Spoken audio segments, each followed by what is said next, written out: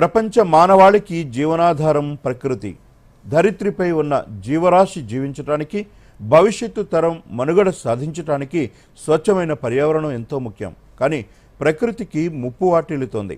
మానవ ప్రేరేపిత విధ్వంసాన్ని అరికట్టడానికి చేస్తున్న ప్రయత్నంలో భాగంగా ప్రతి ఏటా జూన్ 5న ప్రపంచ పర్యావరణ దినోత్సవాన్ని జరుపుకుంటున్నాం. ఈ సందర్భంగా దూరదర్శన్ యాదగిరి అందిస్తున్న ప్రత్యేక కథనం. భారతీయులు ఎల్లప్పుడూ ప్రకృతిని ఆరాధిస్తారు. అథర్వణ వేదంలో చెప్పినట్లుగా భూమి మన తల్లి, మనం ఆమె పిల్లలం. ఈ విశ్వాసం శతాబ్దాలుగా మన జీవన విధానంలో భాగంగా ఉంది.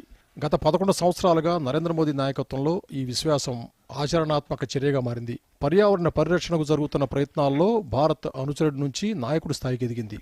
స్పష్టమైన ఆచరణాత్మకమైన విధానాలు, ప్రజల భాగస్వామ్యం, సుస్థిరత కోసం బలమైన కృషి, వీటన్నిటితో ప్రభుత్వం ప్రతి ఒక్కరికి ఆరోగ్యకరమైన, మరింత సురక్షితమైన భవిష్యత్తును నిర్మించడానికి కృషి చేస్తోంది.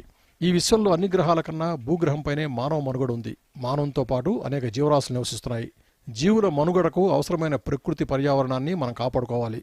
ఈ పర్యావరణానికి అనేక కారణాలతో ముప్పు ఏర్పడుతోంది. ప్రపంచ భవిష్యత్తు కొనసాగాలంటే ప్రకృతిని, ఈ భూమిని కాపాడుకోవాలి. అందుకే ప్రపంచవ్యాప్తంగా జూన్ 5న ప్రపంచ పర్యావరణ దినోత్సవం నాడు ప్రత్యేక కార్యక్రమాలు నిర్వహిస్తున్నారు. పర్యావరణ పరిరక్షణపై ప్రజలను చైతన్యవంతులు చేస్తున్నారు.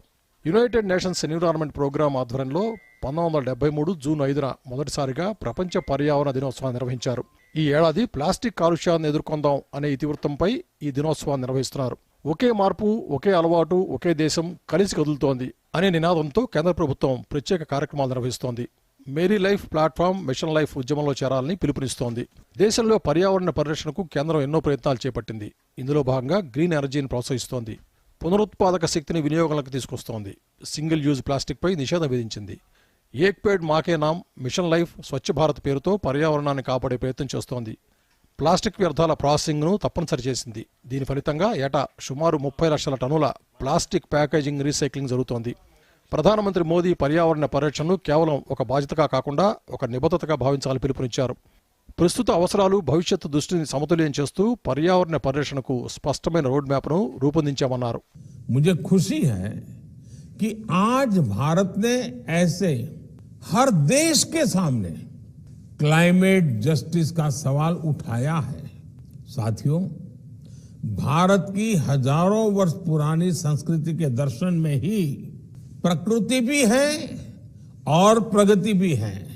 इसी प्रेरणा से आज भारत इकोनॉमी पर जितना जोर लगाता है, उतना ही ध्यान इकोलॉजी पर भी देता है. भारत आज अपने इंफ्रास्ट्रक्चर पर अभूतपूर्व इन्वेस्ट कर रहा है, तो एनवायरमेंट पर भी उतना ही फोकस है.